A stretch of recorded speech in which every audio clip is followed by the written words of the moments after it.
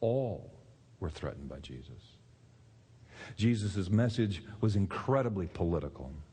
His teachings and parables on the law, on taxation, on party attitudes, the judicial process, how foreigners are supposed to be welcomed into a country, challenged all the political leaders of his day.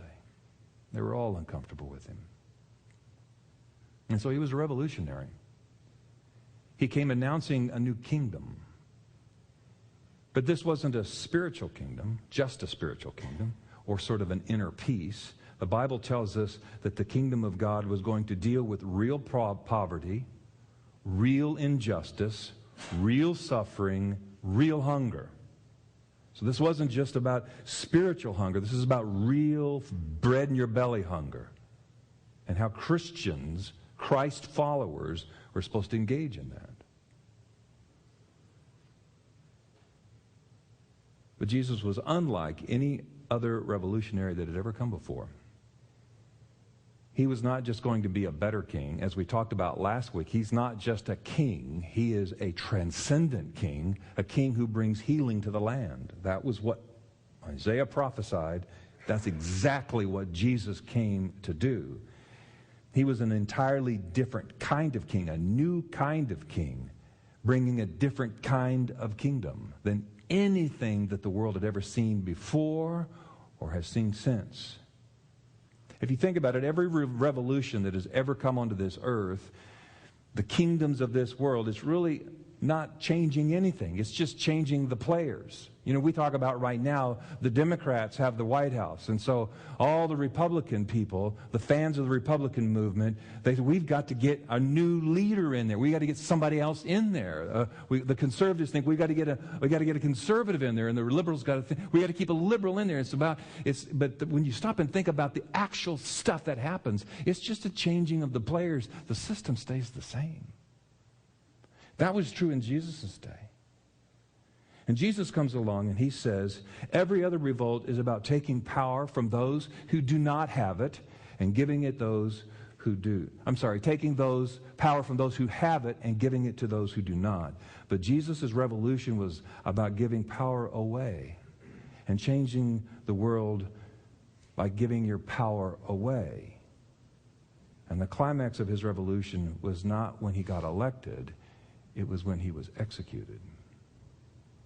And so, I move the question. The question is, what is the relationship between Jesus and the state, between the church and politics? Honestly, I'm not frightened one bit about talking about this topic with you today. Not one bit. I'm not nervous, far more nervous talking about sex in church than this topic. This topic does not scare me one bit because there is so much biblical understanding about how to be with this. And if you're biblical, you should be safe.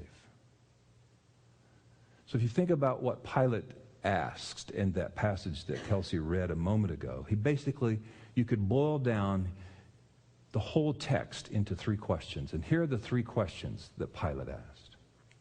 He first asks Jesus, "Are you king of the Jews?"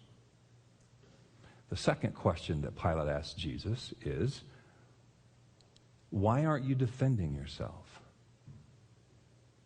Why don't you do something about the accusations? Why aren't you defending yourself?" And then the third question is at the end where Pilate asks the crowd, "What shall I do with your king?"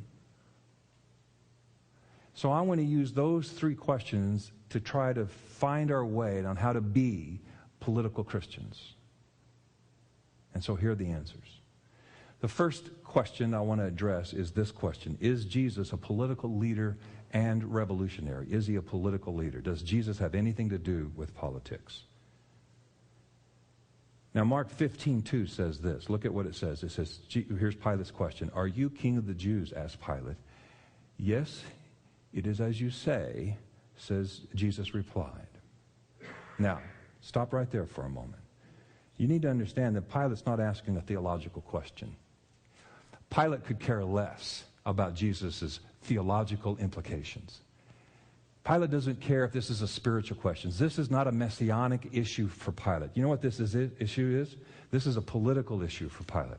Pilate wants to know, do I need to be worried that you're going to have an insurrection that will usurp the throne, that you will come in and take power and wrest it away from me and King Herod? Is that what you are? Are you a king like that kind of a king?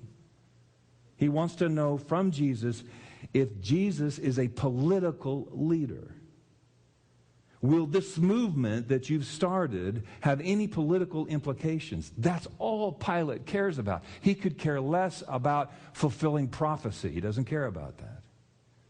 And it's crucial that everybody listening to me get this and see that Jesus deliberately is ambiguous in his answer. He has not always been ambiguous when he's been asked that question, but he is in this instance. In this instance, it's cryptic what he says, and I'll get into that in a moment. But when he was standing before the theologians of his day, just a chapter before this, and they asked him this same kind of question, look at what it says in chapter 14, verse 61. The high priest, these are the theologians of his day, asked him, are you the Christ, the Son of the Blessed One? I am. I am. No ambiguity there. And you will see the Son of Man sitting at the right hand of the Mighty One and coming on the clouds of heaven. And the high priest tore his clothes because that was blasphemy in his mind. So Jesus is not afraid of standing on something clear. When he was asked a theological question, are you the Messiah, the one that's going to make atonement for the world? He said, I am. By the way, which is another way in the Old Testament of designating God. I am that I am. Exodus chapter 3. But here in front of Pilate, when Pilate asks a political question, there's ambiguity. And you say, well, I don't see the ambiguity because it says there, yes, it is as you say, but that's in the English version. That's in the NIV. But when you look at it literally, in Young's literal translation of the original language, this is exactly what it says. Literally, when he's asked, are you king of the Jews? This is what it says. You say it. What? That's what Jesus said. You say it. What kind of an answer is that? Do you see what I'm talking about? You say it.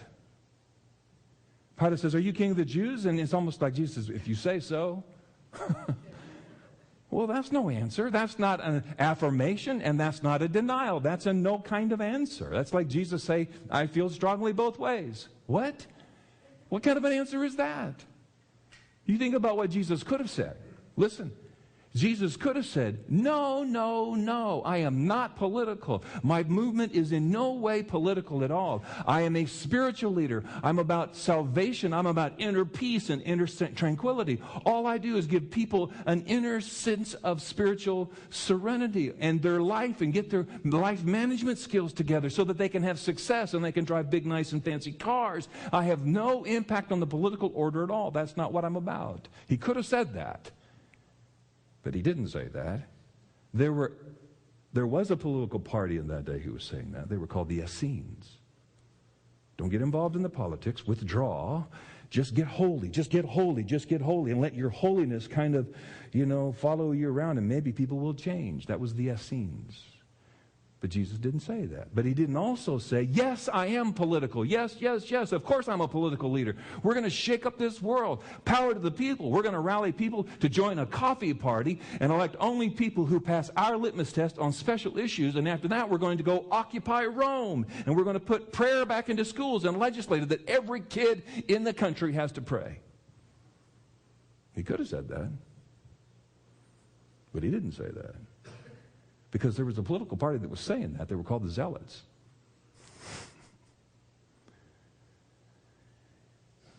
Jesus, are you a political leader?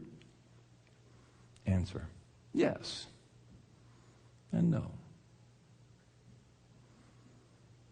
And it's absolutely crucial that if you call yourself a Christ follower, that you join Jesus on that fence.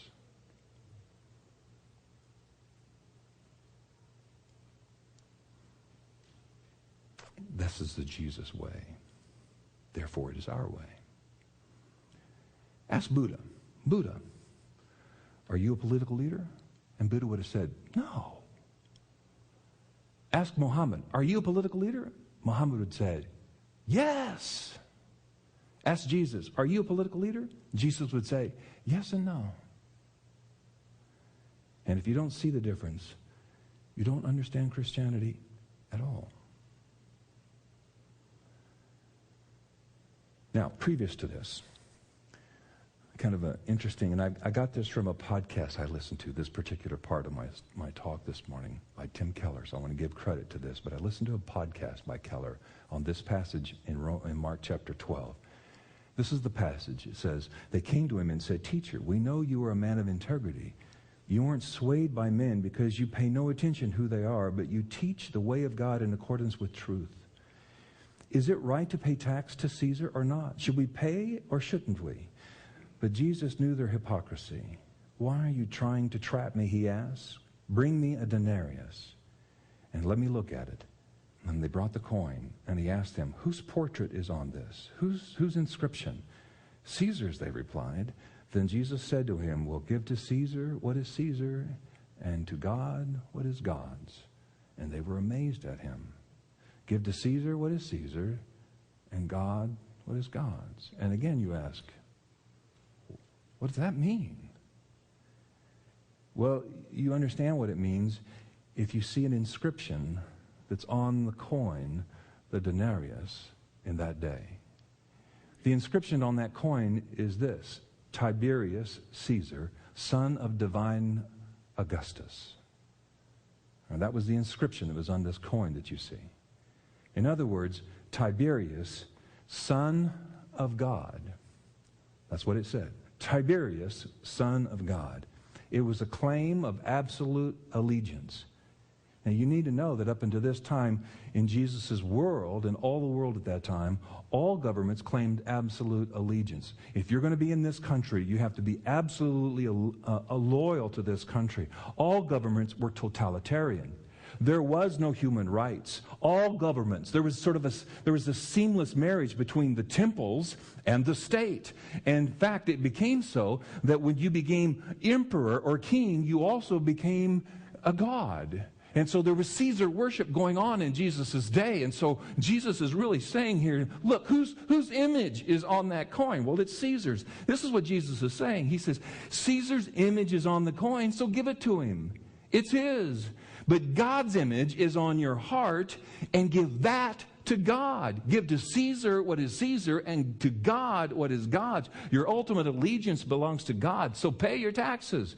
But when and where God's law and human law contradict, God's law will win out. That's what Jesus was saying with that statement. And when it says in that scripture a moment ago that they were amazed because this was seditious. This was revolutionary. This is what got people all nervous. What did he say there? Is he causing a revolution? Yes, but not the kind of revolution that you're thinking of.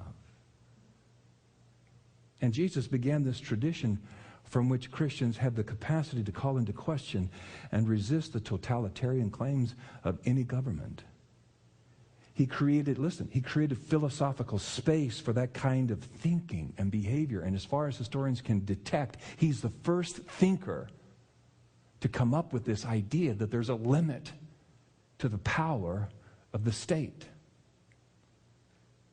Has it ever happened in history where you take this position and you can actually make a difference? And the answer, historically, is of course there is. All you got to do to think about this is think about World War II. In Germany, the far right, the fascist government of that day, they had all the power. And do you know, not only was it the Allies' invasion of Europe, but one of the main reasons why the whole Third Reich, the fascist government, began to crumble was because of the political underground movement of the church in Germany, led by people like Dietrich Bonhoeffer, who was a pastor theologian, and he began to undermine all of the credibility of the Third Reich in resisting the totalitarian government of the Third Reich. That's the far right. Go to the far left. You look at what happened in Poland with Lech Walesa. You look at what happened in Russia. You look at what happened in the Eastern Bloc of Europe. And one of the main reasons why the communism fell in that part of the world was because of the underground movement of the church. The church began to undermine everything that was going on with civil disobedience. one of the fastest growing churches in the world today is in China, communist China, making the government of China very, very nervous. That's the far right, that's the far left. Jesus gave space for us to look at what our government says and does when it becomes totalitarian and say, we don't think so. We think there's a higher law. There's something else that we need to be more loyal to than to this government, and so we're not going to fall prey to joining and fighting fire with fire. And why did they resist? In Poland and in Germany and in China, because they were following a higher authority than the state. And that's God. Now, did it happen in this country? Well, sure it did. I grew up in this era. Some of you grew up in it as well. Some of you have seen it on the History Channel. Martin Luther King in Birmingham jail was imprisoned in Birmingham for civil disobedience back in the 60s during the Civil Rights Movement. And from that jail, he wrote his famous letter from Birmingham jail. If you've not read it, might be interesting for you to read. You can find it online just like I did. And part of what he says in this letter from Birmingham jail is this. One may want to ask, how can you advocate breaking some laws and obeying others? The answer lies in the fact that there are two types of laws, just and unjust. Well, how do you determine whether a law is just or unjust? And then this is what I want you to hear. He says, a just law is a man-made code that squares with the moral law of God. An unjust law is a code that is out of harmony with that moral law. Let me read that again. A just law is a man-made code that squares with the moral law or the law of God. An unjust law is a code that is out of harmony with the moral law. And so he led a movement to undermine the unjust laws of Jim Crow South. He was simply just living out the Jesus way. And Jesus encourages us to resist totalitarianism wherever we find it, but he also says that his leaders must not take power and rule in his name. If you believe Jesus is a political leader, then you run the risk of saying that there is one particular blueprint for how government should be run. It should be progressive. It should be liberal. It should be conservative. It should be libertarian. You run the risk of saying, that's the way. That's the way. Because it's the way I believe. And it's the way that I think's best. It's the way. And so that's how government should be run. That's how political parties should be run. And how economics should be run. And it all has to be administered that particular way if you think he's a political leader. So Jesus says, don't make that mistake. So, class, is Jesus leading a political movement? Yes, and no, he's not. And if you lean too much in the yes camp or too much in the no camp, you're not following Jesus, because Jesus was ambiguous at best when it came to this issue. You with me so far? Okay. So how does the movement Jesus began 2,000 years ago change culture? How does it put things to rights? How do you do this? And the answer is he started a revolution, but not any kind of revolution. So here's the question that I want to put before you today now. What was Jesus' method of cultural change? How did he do it? And you see it in this text, and it may be a little bit hard to see, but I want you to see it. It's found in verses 3 and 4. Look at what it says. It says, the chief priest accused him of many things. And so again, Pilate asked him, aren't you going to answer? See how many things they're accusing you of? Aren't you going to say anything in your own defense? Now, I know what I would have done if it had been me. If it had been me, I would have said, let me make some things clear here about what I'm saying and what I'm not saying, because I don't want anybody to misunderstand, because I'd like to live past 33 and a half. That's just me, but that's what I want to do here, because not everything that they're saying down there is true. They're spinning this. They're spinning it in a way that makes me look worse than I really am. This is Joe's response. But I'm insecure. I have an ego issue. I'm afraid to die. I want people to admire me. I want people to respect me. I want people to think he is a marvelous leader. He's a great man of God. He's a great spiritual giant. That's what I want people to think. I don't want people to think of me the way they're painting me out to be. So I want to set the record straight. That's Joe. Joe's not Jesus. And Jesus says nothing. Jesus, they're killing you. They're accusing you. Look at what they're doing. But Jesus refuses to engage the question. He refuses to use violence or power or anger or rage to defend himself. He was not insecure. He was not worried about his future. He was not worried about his reputation. He was not worried that they got their story straight about him. He was not concerned about the spin. He was not concerned about what they were saying. Verse 5, Jesus made no reply. And Pilate was what? Amazed. Now, the word amazed in the Greek language is not amazed. It's really more like the King James Version. He marvels at it. His jaw drops down. He's like, what? Who behaves this way? This is not part of Pilate's worldview. What was Jesus' method of cultural change? Number one, he shows a new personal peace. Something's going on inside of Jesus. Personal peace. And Pilate saw the contrast between Jesus and the frothy and frenetic enemies who were so threatened by his message and his method that they were frantic in their attempts to make sure that Jesus was not set free. And he saw the contrast between Jesus' approach to all this and the crowd and the theologians' approach to this. And Jesus is so calm and he's so serene. It's as if he knows he's on a divine path. And it's being orchestrated by his Father. It's like there's a force from outside of this world that is moving this along, and Jesus can trust that the path that he's on is the just path. And he says, I no longer know who holds I no longer know what the future holds, but I know who holds the future. And he relaxes and he allows the future to come at him because he trusts his heavenly Father. I really didn't say that well, but do you understand what I'm saying? Tell me you do. Otherwise I'll have to read it again. He's just trusting himself. And remember, he says this over and over again. He says it in the Garden of Gethsemane. We're going to see this in a few weeks. Father, nevertheless, not my will, but thine be done. He says it on the cross. Father, into thy hands I commit my spirit. I'm releasing everything to you. You are in control of everything. I'm in the right place at the right time. I've been obedient to this point. I've done all I can do. I leave the rest up to you. And I just relax.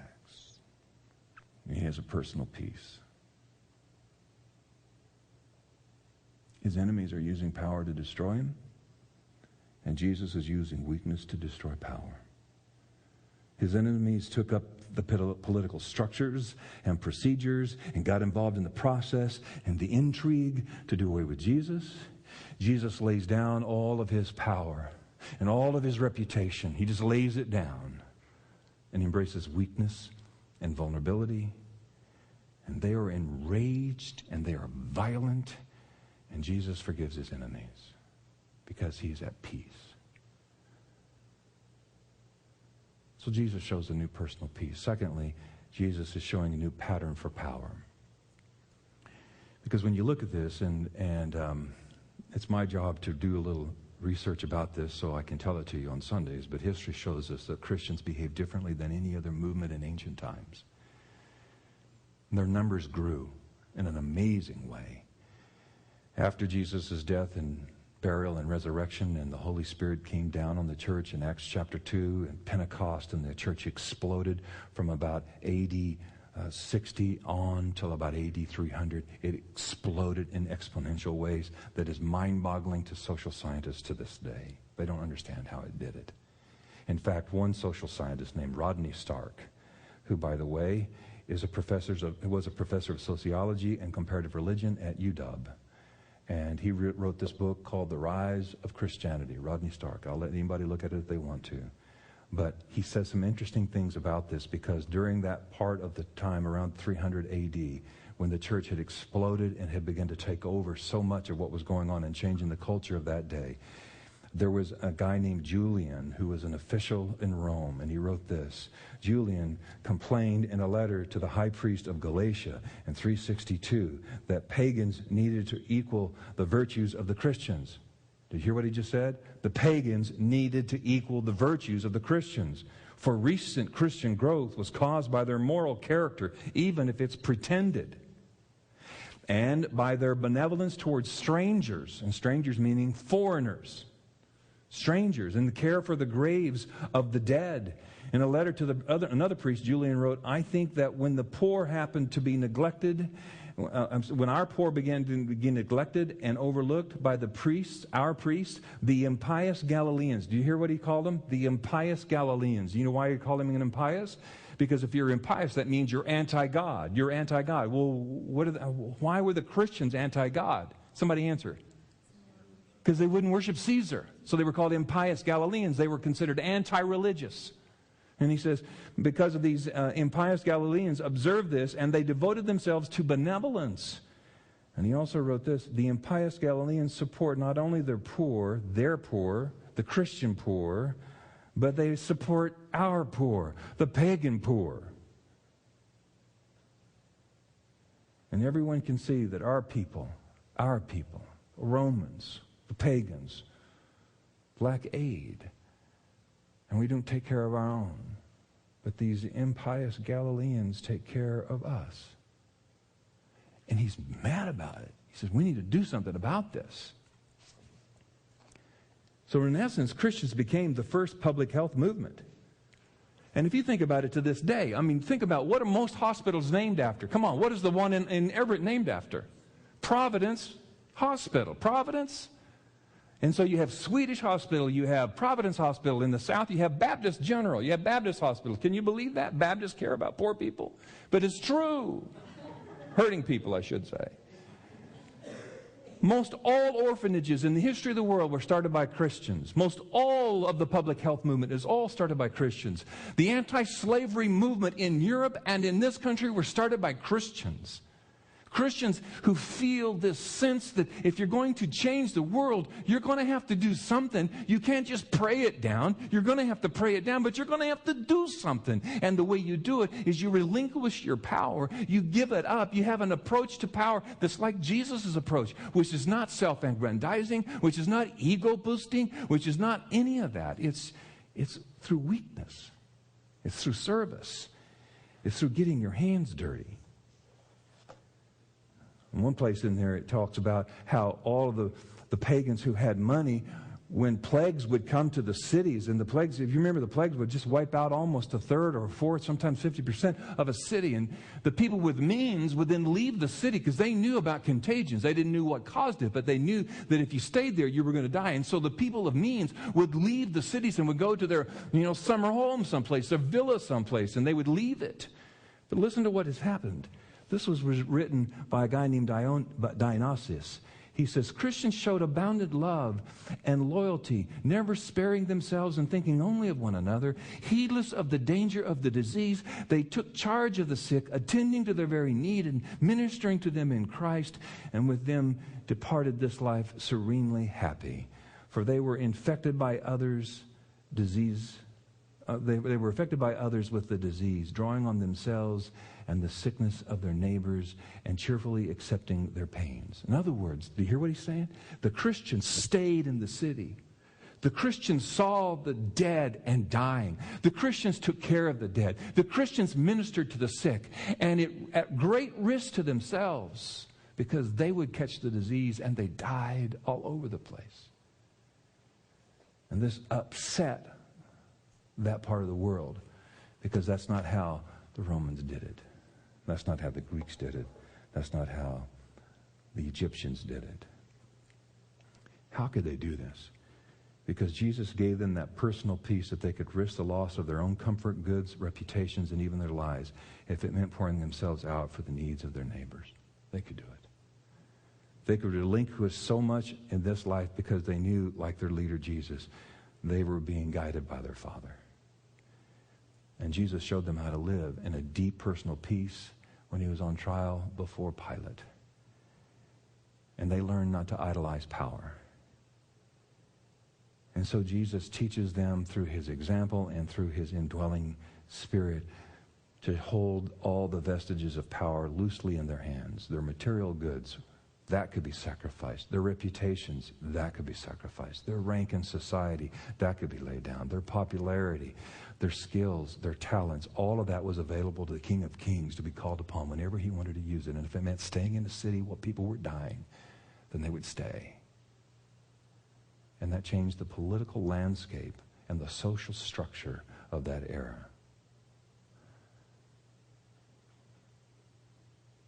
What is this new attitude? Lay down your power for the sake of bringing up there, down here. Lay down your money. Don't be tight-fisted. Don't buy yourself another flat-screen TV when people are dying of hunger. You don't need 4 in your home. Don't upgrade your phone. Don't upgrade your phone when you don't need a new phone, when there are water wells that need to be dug. Lay down your money. Lay down your time. Lay down your career. Lay down your reputation. Lay it all down. It reminds me of what Paul said in Philippians. Let this mind be in you, which was also in Christ Jesus, who, being in the form of God, did not consider it robbery to be equal with God, but made himself of no reputation.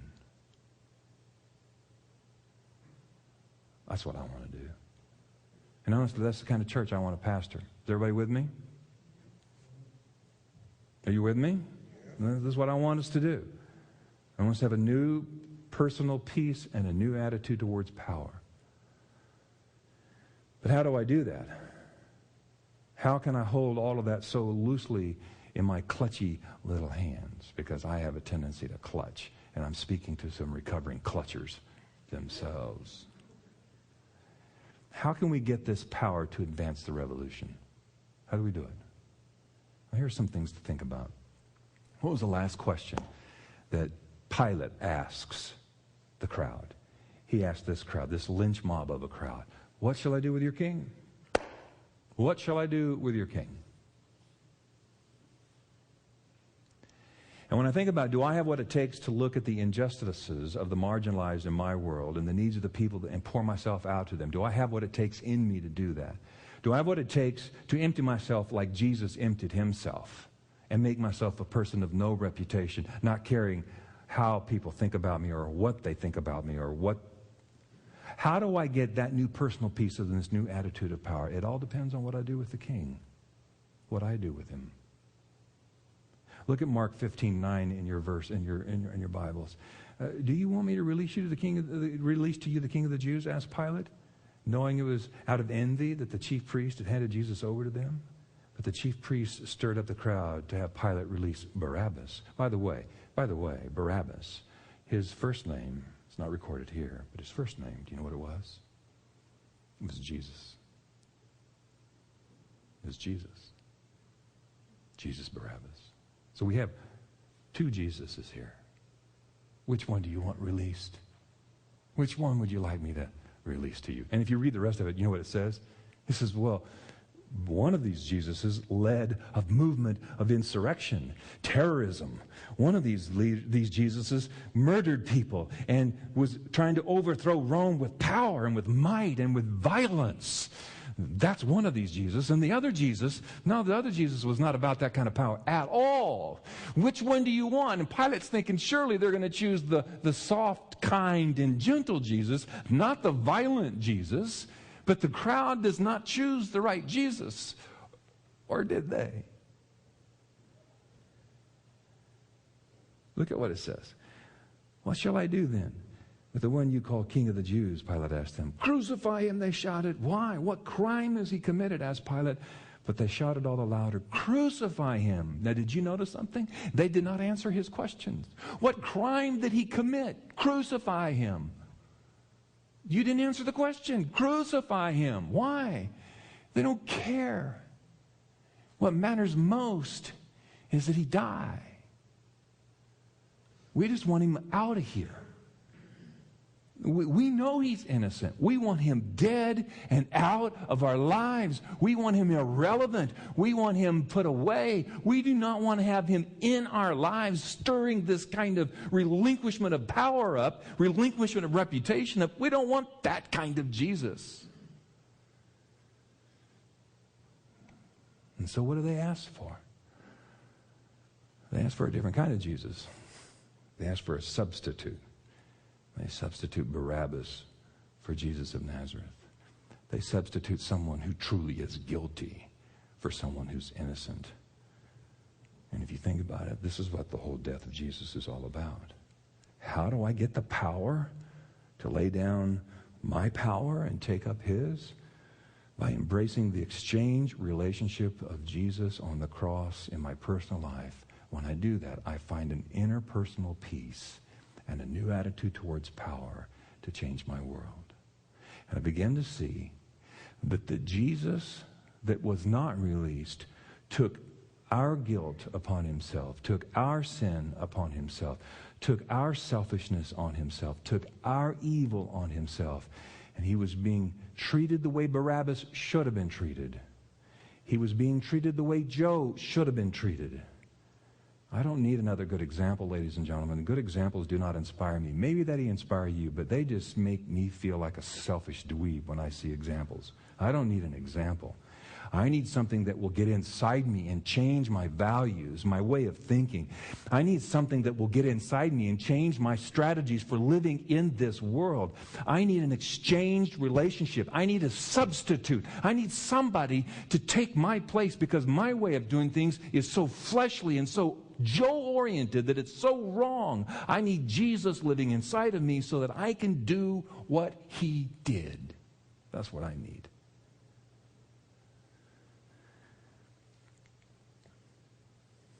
I left out a line in the Stark quote a moment ago that I want to read to you now. When he talked about the Christians that were ministering to the poor and ministering to the sick. Listen to this quote. Many Christians, in nursing and curing others, transferred their death to themselves and died in their stead. In ministering to these contagious people, they saved some, but in saving of some, they took that death into themselves and they died. That's exchange. In other words, if I take care of my neighbor might live, but there's a good chance I'll die. I could get infected.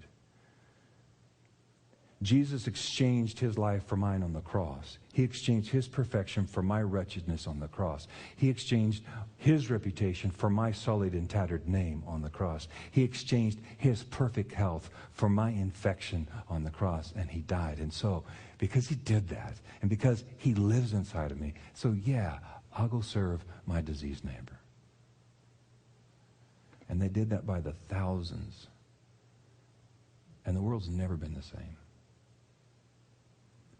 He started a revolution. And at the risk of sounding trivial, by quoting pop culture, I feel like singing a Beatles song right now. You say you want a revolution, right? Do you want one? I do. I want to be involved in a cause that's bigger than me. I want to be involved in something that is so powerful that it cannot be stopped by power. I heard the greatest sermon I've heard in years this week. The pastor who preached it has been dead for a few years. His name is Tom Skinner. He's an African-American minister from the inner city of New York.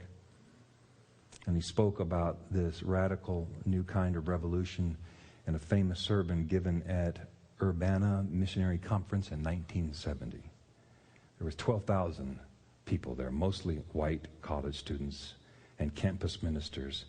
And Skinner fearlessly exposed the racism within the Bible-believing, fundamental, orthodox, conservative, evangelical Christianity and called for a revolution, a Jesus kind of revolution.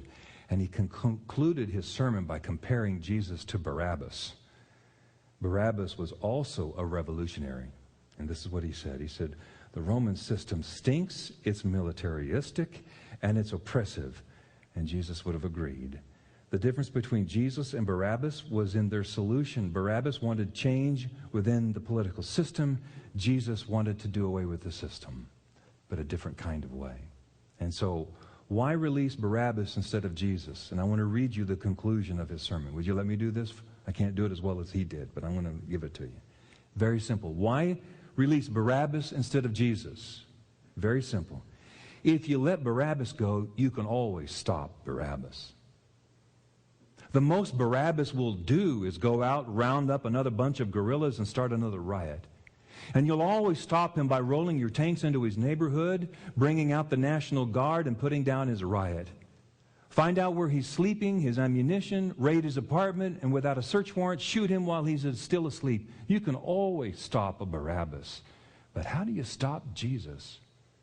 They took and nailed him to a cross, but they didn't realize that in nailing Jesus to the cross, they were putting up on that cross the sinful nature of all humanity. As Christ was nailed to the cross, it was more than just a political radical dying. He was God's answer to the human dilemma. On that cross, Christ was bearing in his own body my sin, and he was proclaiming my liberation on that cross. And on that cross, he shed his blood to cleanse me of all my sin, to set me free. They took him and they buried him. They rolled a stone over his grave, wiped their hands, and said, that's one radical who will never disturb us again. We've gotten rid of him. We'll never hear from him anymore. No more about this revolution from Jesus. 3 days later, Jesus pulled off one of the greatest political coups of all time. He got up out of the grave. And when he arose from the dead, the Bible now calls him the second man, the leader of a new creation. A Christ who has come to overthrow the existing order and to establish a new order that is not built on man, not built on political parties, not built on movements, conservative or liberal. Keep in mind, my friend, with all of your militarism and your radicalism, that all the systems of men are doomed to destruction. All the systems of men will crumble, and finally, on God's kingdom, only God's kingdom and his righteousness will prevail. You will never be radical until you become part of that new order and then go into the world that is enslaved, a world that is filled with hunger and poverty and racism, and all those things of the work of the devil. Proclaim liberation to the captives. Preach sight to the blind. Set at liberty them that are bruised. Go into the world and tell men who are bound mentally, spiritually, and physically, the liberator has come. His name is Jesus.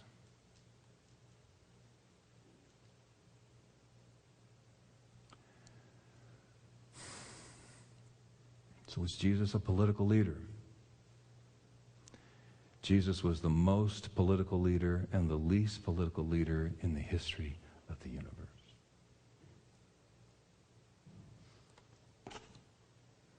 Are you following him or a liberal movement or a conservative movement? Or are you following him? Because I tell you something, ladies and gentlemen. I tell you something. Jesus was not a conservative. And he wasn't a liberal. He was a king who brought healing to the land. And he was deliberately ambiguous about his politics. And so should we.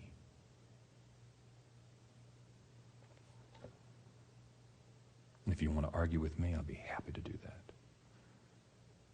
But you'll lose. And I'm not laughing about it. Because this is the Bible. And you have your politics. I have the Bible.